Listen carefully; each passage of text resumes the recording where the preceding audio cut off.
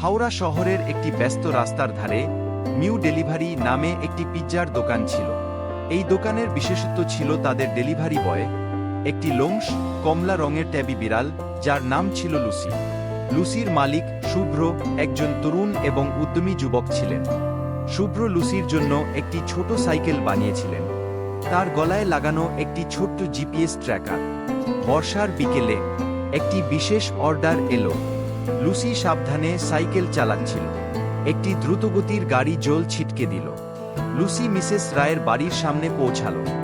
দরজা খুললেন মিসেস রায়। তিনি লুসির গা মুছিয়ে দিলেন। লুসি হয়ে উঠেছিল হাওড়া শহরের এক ছোট্ট তারকা।